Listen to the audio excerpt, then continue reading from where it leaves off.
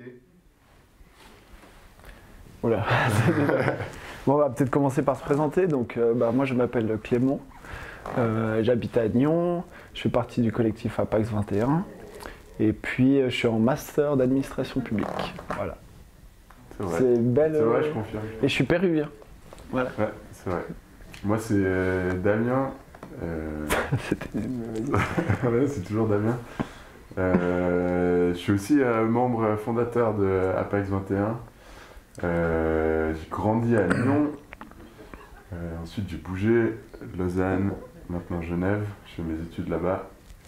Et je crois en plein de choses. Je crois en la vie. Je crois en la vie, ouais. Mm. C'est un peu ce qui nous unit, je crois. Je crois. Et puis on a commencé en fait, on est tous originaires de Nyon. Nyon environ. Ou région, ouais. Ouais. Région, un peu. On est tous originaires de là et en gros, basiquement on s'est rendu compte que l'offre culturelle, elle est un peu, si c'est pas en perte de vitesse, c'est au moins pauvre depuis un certain temps. Disons depuis le moment où on a commencé à nous avoir une vie active culturellement, tout ça. Et on s'est dit, mais en fait, bêtement, la meilleure chose à faire, c'est nous commencer à proposer des choses qui nous correspondent. Et là-dessus, on s'est dit, vas-y, on organise une première soirée. À la base, c'était plutôt une teuf, parce que, comme beaucoup, on aime bien faire ça quand même. Et on est tous un peu unis déjà par la musique, donc on a commencé un peu là-dessus. On voulait, en gros, inviter des DJ, des artistes de musique que nous on aime dans notre ville pour en gros animer culturellement cette ville qui est en train de grandir, qui voit passer beaucoup de jeunes, que ce soit juste pour les études, parce qu'ils vivent là, parce qu'ils travaillent ailleurs, tout ça. Et en fait le constat basiquement c'était les gens ils habitent souvent à Nyon. Et soit ils vont travailler, faire la fête ailleurs, soit carrément ils déménagent. Ce que moi finalement j'ai fait et je fais maintenant. Et le but c'est le but un peu inavoué quand même, mais c'est de réussir à créer une espèce d'effervescence culturelle qui soit suffisamment riche et actuelle, disons, contemporaine un peu, qui nous correspondent. Et garder en fait tous ces jeunes ou moins jeunes finalement, hein, parce que c'est parti de nous jeunes, mais c'est pour tout le monde en fait, c'est grand public un peu comme on dirait. Je pense qu'on est aussi parti de ce constat que en fait nous on est vraiment entre Genève et Lausanne et c'est là où il y a vraiment disons une plus grande offre culturelle et on voyait chaque week-end tout le monde se barrer soit à Lausanne soit à Genève pour aller faire la fête ou autre en fait, pour aller au musée ou peu importe, voir des artistes, etc. Ou même que les artistes partent sur Lausanne ou Genève pour s'exprimer. Et en fait, l'idée, c'était vraiment de rassembler un peu les énergies, de se retrouver là où on aime être, en fait, donc à Lyon, et de mettre en avant des artistes qui sont d'ici. Exactement, ouais. Un peu autour de ça, ouais, ce constat. Ouais. Voilà, puis je disais tout à l'heure, en fait, on a commencé par une fête, événement, en fait, qui a super bien fonctionné parce qu'en fait, bêtement, le constat qu'on a eu au début des gens qui partent, il s'est confirmé au moment où justement on a proposé quelque chose qui nous correspond et donc qui correspond aussi à une large partie de nos amis ou en tout cas des jeunes de la région. Les gens ont répondu présent spontanément, très rapidement et on s'est dit en fait il faut qu'on continue, il y a vraiment une demande, il y a vraiment un besoin, je pense, d'avoir des événements culturels qui nous correspondent. Et puis là-dessus, un peu, tout est parti finalement. Ouais. Et là, ça va faire un peu plus de 3 ans. Je pense que ça va faire 3 ans maintenant, ouais. Ouais, 3 ans. Ouais. Et puis, depuis 3 ans, on a fait à peu près presque un événement par mois. Donc on est quasiment à 30 événements. Et chaque événement a sa singularité. Ça vient même du nom propre de Apax en fait.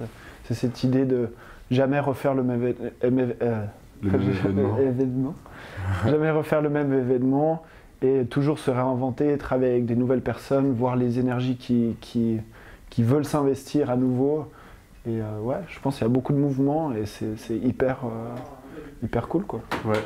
Et puis bah, on s'est tout de suite rendu compte aussi qu'il y a des talents très divers, que ce soit musical, que ce soit de la production d'habits, de peinture, de sculpture, n'importe quoi. Alors on n'a pas encore, disons, exploré tous les domaines, mais on a essayé de varier énormément l'offre et d'aller chercher des gens qui avaient, je dirais, un peu n'importe quel talent, dans le sens où tout peut rentrer dans un événement. En fait, n'importe qui peut être mis en avant et puis montrer un peu ce qu'il fait, ce qu'il a envie de faire. Ouais.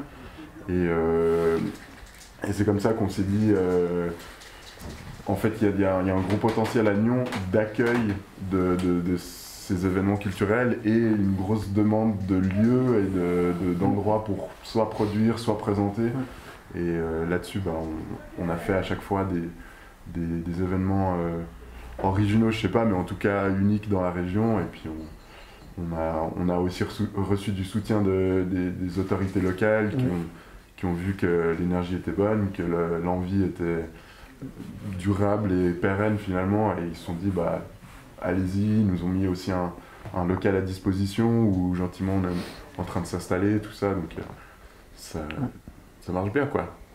Ouais, puis surtout en fait on a pas mal de reconnaissance autant des institutions publiques vu qu'on reçoit pas mal de subventions et qui nous soutiennent dans nos différents projets, et en fait chaque fois quasiment nos événements ils sont en collaboration soit avec un festival, soit avec une salle, soit avec un artiste ou... Donc ouais, on est souvent sollicité et ça fait plaisir, quoi. Mm-hmm. Puis on arrive aussi à... Bon, après c'est des choix un peu finalement de direction artistique, on dira, mais on refuse aussi pas mal de choses parce que les gens ont compris qu'on avait une certaine portée dans la voix, disons, et que maintenant en fait on essaie de nous prendre un peu comme vecteur justement de promotion presque.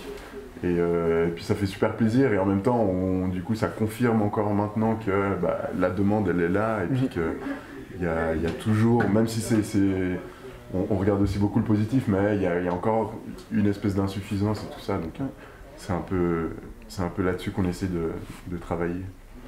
Et puis bon, on ne s'est pas cantonné que à Nyon, en fait on a aussi essayé on a fait quelques événements à Lausanne, à Genève. Un peu moins finalement parce que le but c'était vraiment de se concentrer sur Nyon Région, mais en gros c'est un peu ça qu'on fait. Ouais, bah c'est vrai qu'en fait à la base on est un collectif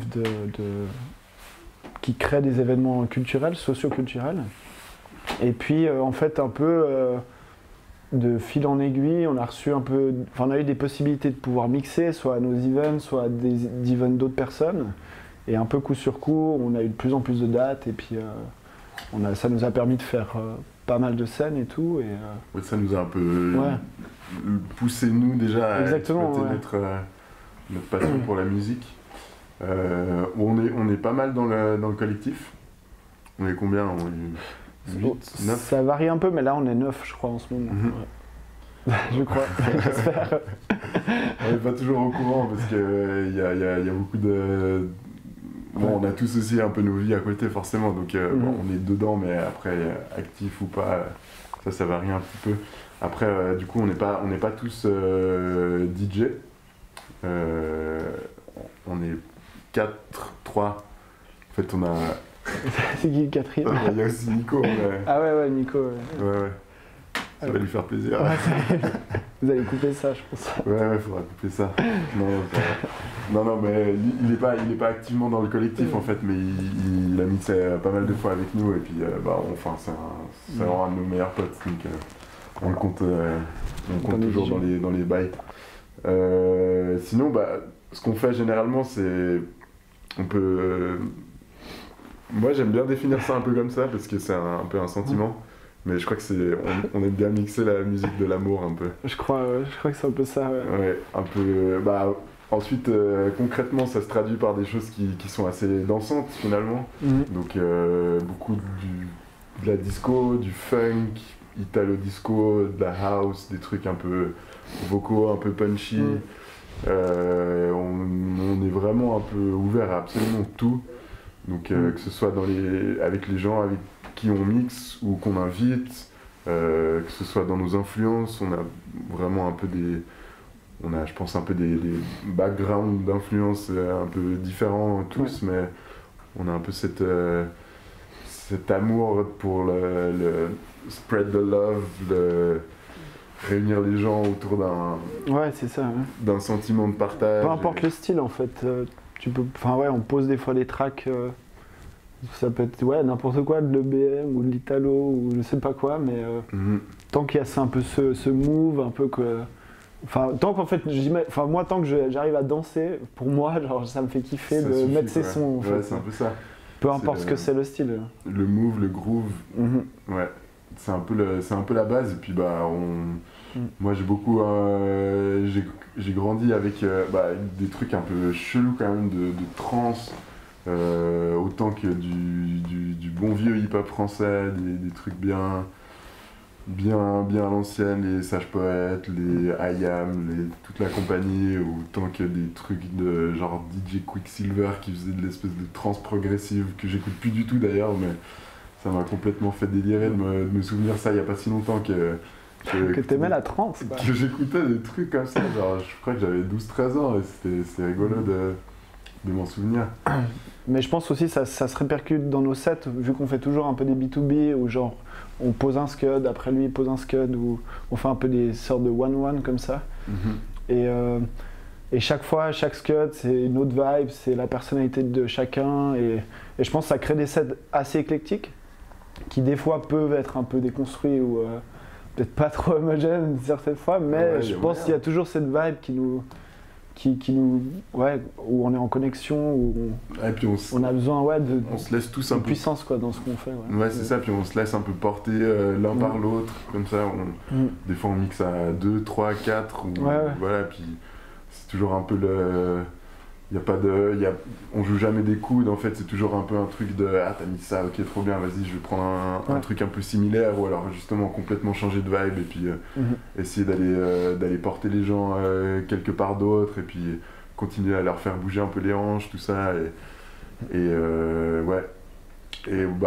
tu posais la question aussi des influences, en fait, il y a particulièrement un shop à Genève. Et en fait, plus qu'un shop, c'est une équipe, c'est une institution. Une institution carrément. Bongo Joe à Genève, aux Augustins. Disons qu'on recherche aussi un petit peu. Puis même leur label qui marche hyper bien, ça s'appelle les disques de Bongo Joe. Et puis ils ont produit plein d'artistes, ils ont fait découvrir Altingun, je sais pas si vous connaissez, ou Moscovitz Dance Band. Enfin, c'est vraiment... ils vont chercher les pépites tout en restant assez accessible à tous. Et vraiment excellent label. Ouais, et puis c'est assez rigolo. Je suis allé quand on va un peu à l'étranger, tout ça, tu vas un peu diguer dans des shops. Et quasiment à chaque fois tu parles de Bongo Joe, et puis ça devient une référence. Ça devient une super référence, et que pour du bon en fait, vraiment. Après, il y a aussi énormément, je sais pas, mais il y a encore d'autres disquaires qui sont aussi très bons. Il y a Vinyl Résistance aussi à Genève. C'est un peu le gars, c'est un peu un taré du disque, et puis c'est genre son shop, c'est juste des montagnes de disques partout, et enfin tu sens qu'il a ça en lui, et enfin ça fait trop plaisir de voir qu'il y a encore cet amour pour le vinyle. Après, on est aussi très digital, finalement. On n'est pas du tout fermé on n'est pas des puristes du vinyle. Ouais, complètement. Moi, en tout cas, moi personnellement, j'ai un espèce d'amour presque inexplicable pour l'objet.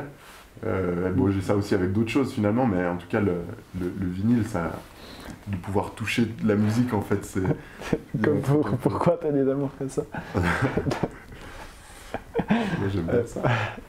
Et non, vas-y, t'as envie de me changer.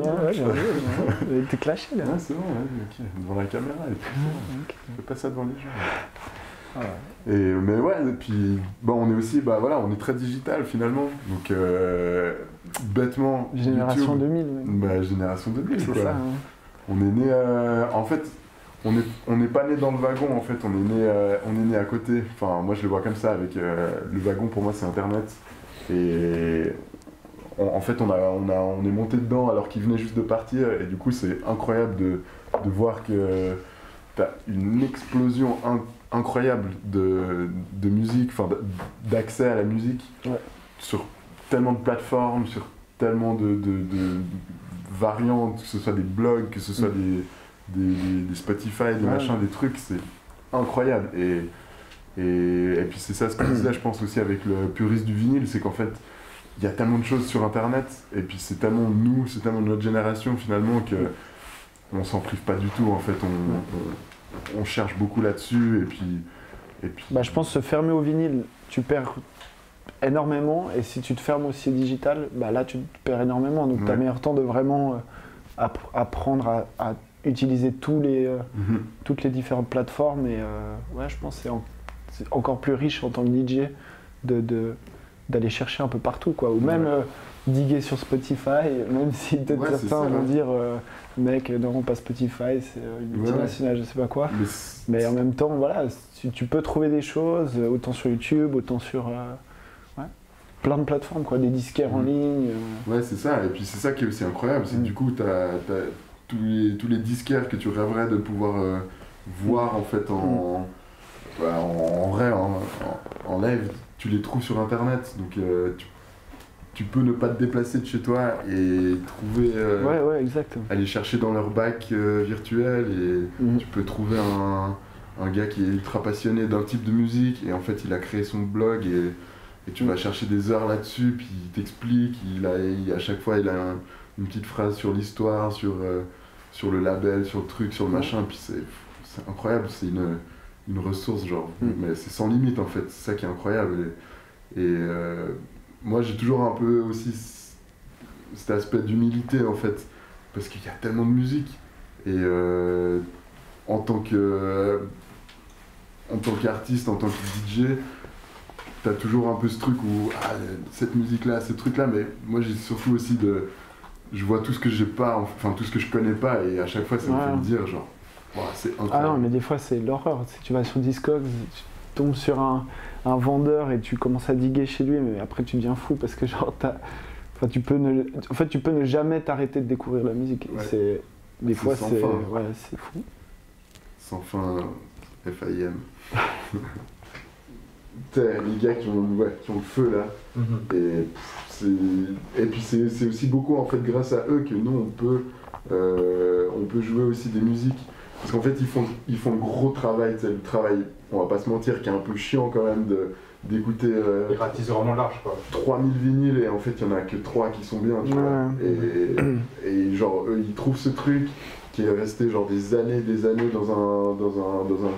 dans une vieille cave, un vieux grenier, et qu'ils leur sortent, paf, éventuellement ils le remasterisent, ils font une réédition, un truc, et puis toi 2 semaines après tu tombes dessus, puis t'es là, mec, comment c'est possible, quoi. Puis ça c'est vraiment énorme respect pour le travail que ces gens font, tu vois. Parce que enfin, après là, le gars qui... Non mais c'est vrai. Non mais c'est une pire source d'inspiration, ça c'est sûr. En fait, c'est là où passion vinyle et puis passion juste musique se combinent, c'est que genre t'as Internet qui maintenant est une plateforme incroyable qui donne accès en fait à tout ce que ces gens-là trouvent, et en fait c'est trop bien aussi parce que du coup eux ils peuvent commencer à gentiment plus ou mieux vivre de ça. Et en fait c'est trop bien, tu sais, c'est genre t'as une passion, c'est ça, et maintenant grâce à un autre média en fait tu peux en vivre mieux et genre faire bénéficier ça à d'autres gens, et nous on est là au milieu, puis on est là putain mec, tu récoltes mec, t'es là, merci les gars. Bah limite l'offre elle devient énorme, quoi, et il faut choisir un peu là où tu vas chercher tes sons, quoi. Et puis, c'est là qu'on remercie les plateformes et qu'on remercie Internet, quoi. Puis on est un peu des enfants de la toile finalement. Nous on est là, je pense que tu vois, genre sans Internet, tu vois, genre bon là encore t'as Bongo Joe comme ça, mais ça reste assez limité, quoi. On pourrait jamais, ils ont une capacité physique aussi finalement, tu vois, et sans Internet ce serait tellement limité, enfin ce serait vraiment Vraiment, vraiment. Ce serait vraiment limité, quoi. T'es limité au shop, en fait, à la sélection du shop. Donc, ça. Et puis, bah, du coup, des fois, tu te projettes un peu dans le temps, tu sais, back in the days, comme on dit. Mec, les gars, en fait, les vrais diggers de l'époque, c'était vraiment des oufs. Ouais. Alors, ils allaient de shop en shop, chez un gars, chez un truc, dans une cave, et ils passaient des heures, des journées, des semaines, des mois à chercher. Ouais, ils se baladaient en tueur, ils allaient dans des entrepôts. Tu respires t'as des endroits comme ça. J'avais été dans un spot au Brésil. Le gars, il te donnait à l'entrée un masque, tu sais, parce que c'est tellement poussiéreux, c'est tellement gigantesque. Tu pouvais pas, genre, enfin, tu pouvais, mais tu vois, genre, tu passes des journées là-dedans, mec, t'attrapes un cancer, quoi. Puis genre, c'est le cancer du digger. Du digger, je te jure. C'est une fois, c'était au Liban, là, j'étais allé, je crois que c'est Chico Records, et genre, le gars, il a pas voulu nous ouvrir la salle du haut, parce qu'il voulait pas, en fait, parce qu'il voulait pas que certains vinyles quittent le pays, tu vois. Parce qu'il veut pas que, il veut que ces vinyles restent dans le pays, tu vois. Donc il vend que à des Libanais, tu vois. Okay. Donc t'imagines la notion du dig de ce gars, tu vois, où il a ce besoin que la musique libanaise reste dans le pays, tu vois. Et pas que justement des petits touristes comme nous, ils débarquent et puis ils ratissent tout le machin parce qu'ils ont un pouvoir d'achat énorme et puis... On vous remercie pour l'invite, c'est cool. Ouais. Et il est chouette votre local. Et puis que du love, quoi. Que du love, les gars, que du love. Dans votre joli garage, là. Il y a des dates où on peut vous voir, où il y a des trucs qui arrivent Ouais. Alors, niveau projet Apax, on a une fois par mois les sessions bisous. Donc, c'est deux artistes qu'on fait venir le mercredi soir à la parenthèse à Nyon. Un de la région de Nyon et un d'un peu plus loin. En général, là, c'était pas mal de Vevey. Je crois qu'il y a Venus on Fire la semaine prochaine. Et sinon, niveau date DJ, on mixe le 30 mars. L'ouverture du programme commun à Lausanne. Au théâtre de Vidy. Et puis... le 26 avril à la Gravière. 26 avril à la Gravière. Le 8 avril... à Vision du Réel, 8 ou 9, je sais pas. Et c'est un dimanche. Ici, un dimanche, ouais. Et puis Caribana sûrement. Plein de belles choses, les gars. Puis du love, quoi. Du love. Merci beaucoup, les gars. Cool, les gars. Parfait.